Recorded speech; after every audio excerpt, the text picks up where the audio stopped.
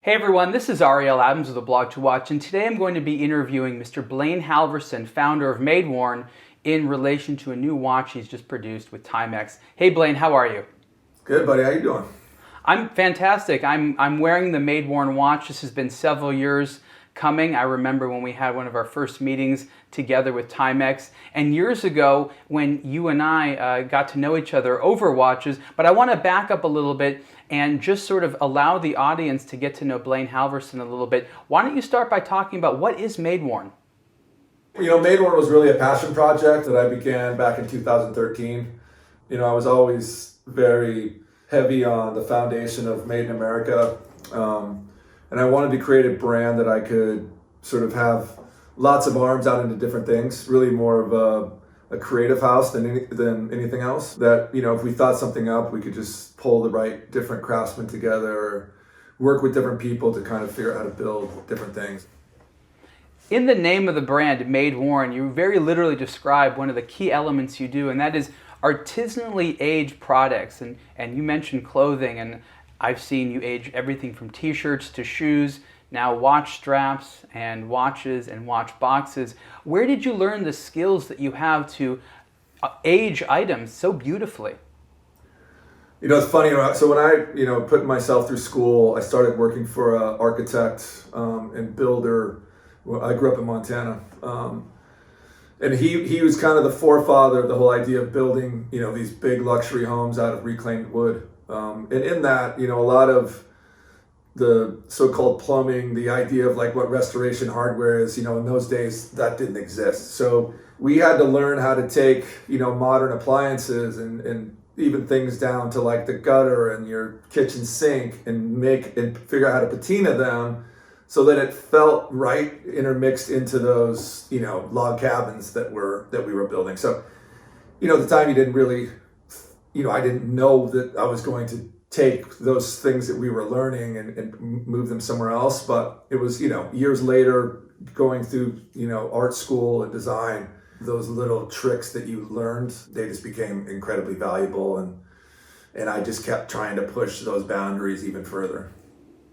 And how did you take those skills and translate it into the world of fashion, going from architecture and then art school into fashion? How'd you get into that? Well, I think a lot of that whole period of working for him everything was about making it look authentic. So if you went into these amazing luxury cabins, everything looked right. Even though the building was built in the 1800s, a lot of the interior was completely modernized, but you wouldn't know it because the patinas and things that we did made it look period correct. So when it came to fashion and getting, I really got into the t-shirt business, which is still a big part of MadeWorn today. It was kind of a similar thing. Like I wanted to create that t-shirt that felt like you would, it was like your favorite t-shirt and you'd had it for 20 years in your drawer. The way the ink and the soft feel and the fit. So I was always trying to figure out how I can basically manufacture a shirt and print it and make it feel and look like it was, 20, 30, 40 years old. So, that's something I still chase every day. It's trying to perfect all of those things. And the interesting thing about what you do is that the better you do it, the less people know that you did anything, meaning that a effectively aged product doesn't look like someone artificially aged it, but looks like it was that old. And in watches, it's no stronger of a force than anywhere else where vintage and the sort of notion of the well-worn watch is so popular with enthusiasts. And you started getting into watches a couple of years ago. What was sort of romantic to you about watches in the same way that the t-shirt industry was romantic to you? Well, growing up in Montana, I had seen these amazing engravers that, were engraving guns, engraving knives, it's just part of culture there. And I just thought it would be beautiful to take Rolexes and Panerais and so forth and do that same filigree level of carving to them. And at the time, there wasn't something that was being done. We definitely sort of created a thing where you see more and more of it happening. I spent a lot of time scanning the world for the top carvers from around the world, trying to see who was able to even carve the watches. The Rolex steel was incredibly hard. So getting guys that were able to even carve that still was, there was only a handful in the world that we ever found that were at least to the level of where we wanted to keep these watches. We carved the first Apple Watch, which was, that was a pretty, incredible thing, because, that all the guts were, all the computer, everything's in there. So, when we were carving Rolexes and Panarais, we were having them taken apart. So, you just had, the bracelet and so forth. The Apple Watch, you make one mistake and it's, you're starting over. Understood. And flash forward today, you have a watch that you produce with Timex, a very interesting product, a lot more affordable and accessible than some of the previous watches like the engraved Rolex. And it starts with the Timex American Documents, which is a watch that has a case and a dial on hands and strap, which is made in America, obviously very important for the MadeWorn brand. What was it like getting started with Timex, and talk a little bit about what some of the initial creative discussions were like? Yeah, obviously the real interest was the fact that they were making a watch here. That got my ears going and made it very enticing, just because I loved the idea of being able to, one, learn that process. Obviously that the history of that goes way back.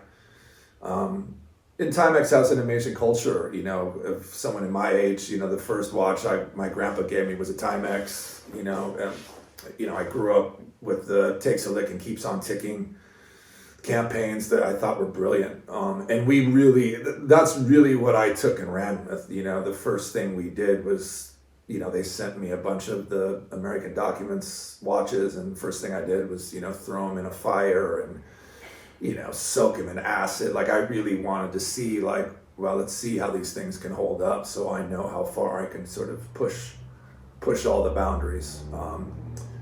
And we pushed, and it was amazing how well they took the beatings that we gave them. So the beginning conversations were really like, they sent me a bunch of stuff. And like I said, for me, it was really making sure that I could show where the processes were being done in America. Because the one thing that I quickly found is, especially in this watch industry, there's so many smoke and mirrors. And there's companies that are saying that stuff's being made here, and it's just not. So I wanted to make damn sure that, besides our movement, what was being done here was actually being made here, and being able to really be a part in that. And the beauty to it being American made, and why I've always enjoyed the American made part, is because, we get to actually sit and physically touch them all. It's hard when it's coming from overseas. It's like you don't have that access.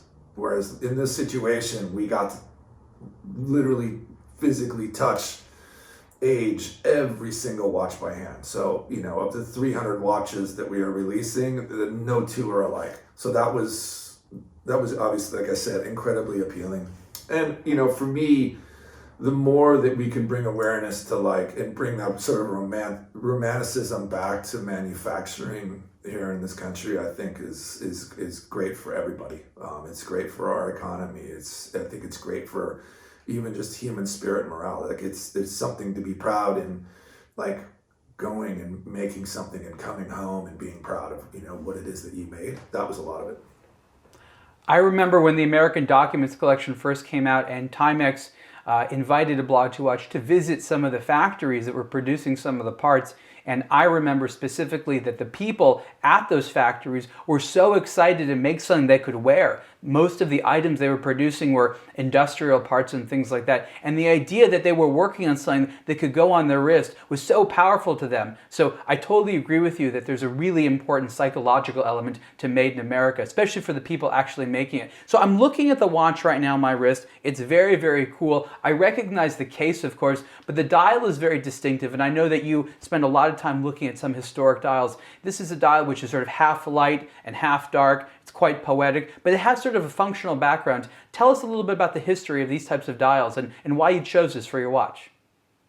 Yeah, I always loved the AM, PM faces. I loved the juxtaposition of the black and white, the day, the sort of night and day aspect of it. And you have people that spend their days in the light, and you have people that spend their creative time at night in the dark.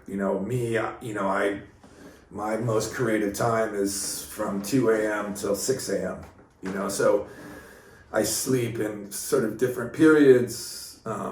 But in general, it's probably a lot of creative people. I probably sleep, 3-4 hours a day. So, most of my time is awake in some form or another. So I love the beauty in that juxtaposition. The case is very interesting. I'm not actually sure what it is you did to it. Even the colors changed a little bit from the standard American Documents case. Talk about the process that went into the aging process of the case itself.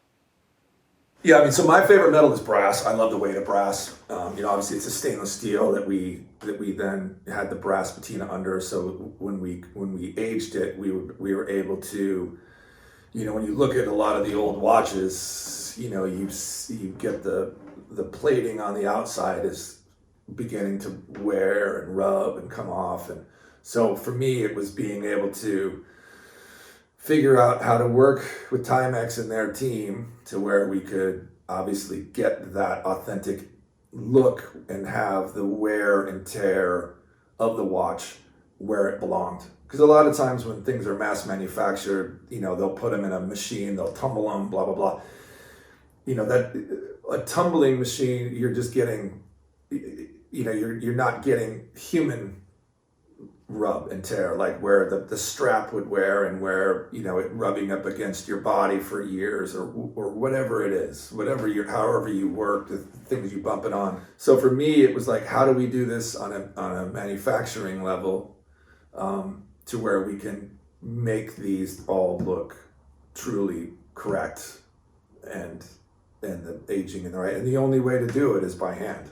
So and that was a really great commitment from Timex. They put the time in and really worked extensively with me to make sure that the finishings that we were getting were correct, and like I said, and unique. Talk about some of the processes that your workshop did on the watches in the case, and what are some of the things that you specifically taught Timex how to do? So like I said, when we started, we were putting them in fire. We were testing them in a lot of different, acid baths and vinegar baths and, different treatments to basically bring out patinas, from a watch that would look like it was buried, in the ocean for, the last 100 years, and you found it, and what would that look like? Being able to manipulate, obviously, the metals so we'd get bluing on some, we would get the corrosion on some of them, and then being able to work with Timex to make sure, because a lot of it was heat, so we were putting a ton of heat to these, and props to it, like they really withstood the heat. We weren't getting any warping, so like everything was able to seal, back together. So once we knew all that, so it was just like, it was sort of off to the races then. I knew that we could really do a lot of beautiful things. And then the straps, every single strap, both sides were all worked by hand, soaked, aged how we aged, with the space over weeks, a period of time. And then again, a lot of times people will take leather and throw it in tumblers and so forth. Like we did it by hand because, the way a wrist, way a strap ages around your wrist, the only way to do it is to, sort of take inspiration from old vintage straps and try to recreate that. So we did a lot of work aging on the leather too to get that look. The colors are fantastic, I have to say, and the strap especially has a color that I most associate with some of the other items I've seen from MadeWorn. So I think people are going to be really happy with it. I think you did such a good job in making it feel cohesive. And then there's the packaging, which in my opinion, you seem to have the most fun on. I know that you are a presentation fetishist almost. I've seen some of your other work, of course. It is layer within layer, different types of aging process. It seems like you had a really fun time with a blowtorch. Talk a little bit about the Timex MadeWorn watch packaging. Yeah, the hours and hours and hours and I mean, the thousands of hours went into the packaging. So like the boxes really started as a black cardboard box that we had stamped that just had a black paper wrap over it. So again, the first thing I did was take a torch. We used torches a lot, and as soon as I started to hit that with the torch, that paper started to peel, and from the glues that were holding the paper down, you started to get these beautiful chocolates and so forth. And before we knew it, the cardboard all of a sudden looked like it was wood. And I always love old packaging that comes and, the old paper or labeling on it is, it's old, it's dried up, it's frail, some of it's cracked and chipped off. So I really wanted to have that as well, where when someone got the package, it felt like it had gone through multiple lives itself, and it had sort of that real feel and texture, and things would chip off and so forth. So that was the outer cardboard box. Then came the wood box that the watch actually comes in, and that was the most handwork of all. It was basically the equivalent of taking a log, putting it in the fire, and working it until it was perfectly charred. So, getting all the beautiful veining and everything that you get, as wood burns, and that beautiful sort of alligator skin texture. So again, it's just time and you're doing it during the summer. It's 100 degrees out, running a torch. You got a mask on. It was a lot of work, but it's something I was really proud of when they were done. And then that comes wrapped with silk that we also aged, an actual wax stamp that we actually dripped the wax, stamped the wax with another caseback that we also put through a tremendous aging process. So those are all beautifully unique as well. And then that was all basically wrapped in like a crinkled up butcher paper and wrapped in silk. So the packaging was definitely fun. And they're sealed shut, so you have to, I loved the idea too of, you have to actually cut the silk to get into the watch. Yeah, I almost felt bad opening the one that I received for photography because it was so nicely done. Like you said, you had the wax seal and you had the Timex case back from the, I guess it's actually the original American Documents watches. You have a special case back in yours that I don't know if you chemically aged it or was with fire, but there's so many little details there. This is one of those beautiful things, I would heat those up till they were like glowing orange at the sun. And then I just flash hit them with water and you would get these just amazing rainbow and just beautiful. And everyone was different. Like no two are even remotely alike.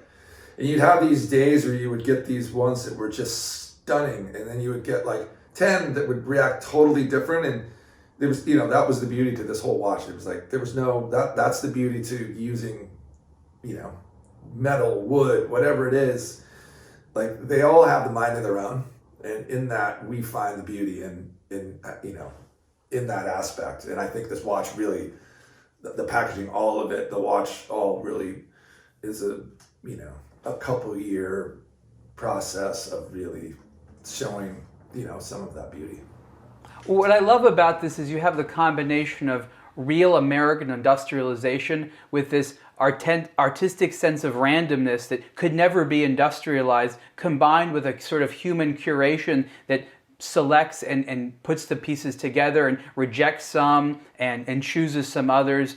And you have a curated artistic timepiece that is both evocative of this history of functionality, but very much in line with an aesthetic from today, which is very, very popular. It's among the most distinctive watches, and it really feels like what you did is you took something from Timex into sort of the house of MadeWorn and made it yours. How many of these watches are going to exist? There's only 300, so we did a very limited run on these. Obviously, too, just the pure hand labor that went into them. It was just a lot of work. What else is something that you feel that someone should know about this project? Obviously, if you see this watch from afar and you don't know the story, it can be a very curious item. What are some facts or details about the Timex and MadeWorn watch that you feel that everyone should know? Well, like I said, for me, you hope you get it right where it just feels seamless, where someone looks at it and they see the beauty in it. They may ask if it was, their grandfather's watch, their dad's watch, whatever that may be, whatever, for me, it's hoping to create, some form of keepsakes. Hopefully this will be a watch someone loves and hands it down to somebody else at some point. Wonderful. Thank you so much. This has been a conversation with Blaine Halvorson, founder of MadeWorn, and we've been talking about the Timex MadeWorn watch. You can learn more on A Blog to Watch. Thanks again. Thanks, buddy.